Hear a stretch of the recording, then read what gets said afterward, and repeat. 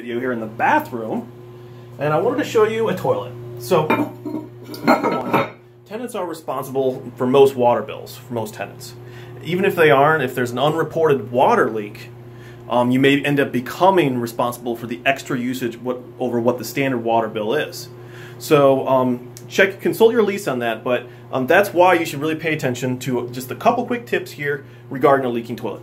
So sometimes late at night, you're going to see, you're going to hear, like, you're going to wake up and you're like, did I just hear the water turn on in the toilet in the bathroom next door?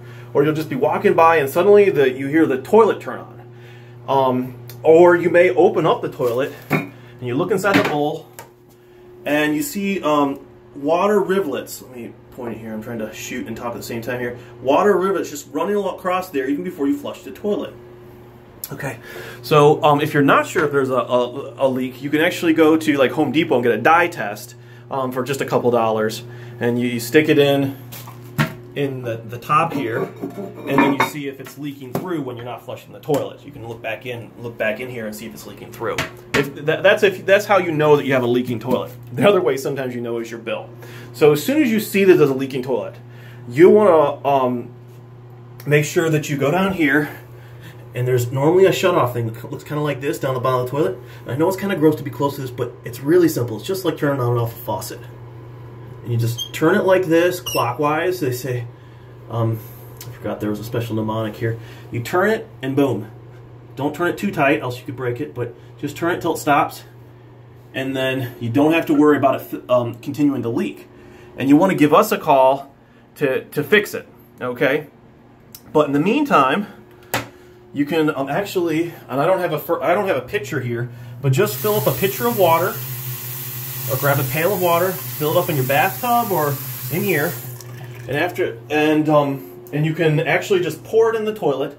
All it needs is about a gallon, and it'll just flush like normal. Okay, so you can still use your toilet. It's inconvenient, yes, but it becomes less of an emergency. You know, if necessary, if you only have one toilet in the house, you can still make it work. And you can also save your water bill while you're waiting for things to be replaced. Even the smallest drip can add hundreds, literally hundreds. We've seen $1,000 plus water bills. And then if you have a $1,000 water bill, you have a $1,000 sewer bill in most areas. So that right there will stop things. Now, just a quick note. You know, when I was growing up, I left my dad to do certain things. And this was a little bit scary. It was just disgusting to think of opening up a toilet.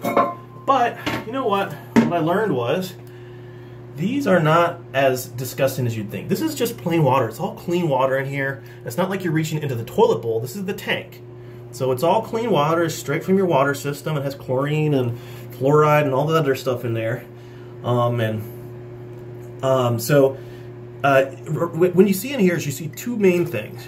You see a little arm that attaches to your handle, or you see a flapper, which is what it flaps open and lets all the water rush down. And there's a nice seal on it, and that seal, when that seal's not working at the bottom of the flapper, as I see the rubber seal on the bottom, it's like a little, I don't know if you can see it. See, there's kind of like a washer, a rubber washer in there.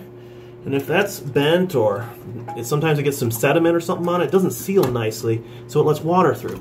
So you can actually oftentimes just kind of rub your fingers around it, or use a cloth to wipe it off, wipe on the edges and the bottom here with a washcloth, or a towel or something, a little napkin, and you can clean it up, and it's good. Sometimes these get little bubbles in them, and you have to replace them.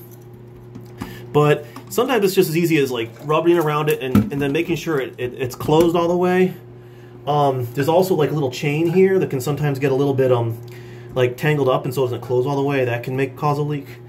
And sometimes you have issues with these things here, but normally if you just fiddle with it, it starts working again. But this is like the switch that turns the water on and off.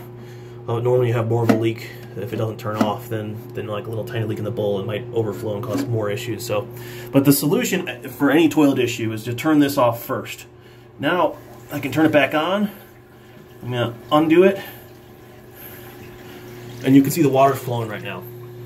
So I hope this video helps make toilets a little less scary, and helps you also understand like the responsibility in terms of toilets. You want to make sure that you manage your toilet correctly so that you can save expenses that can really add up quickly. Thank you.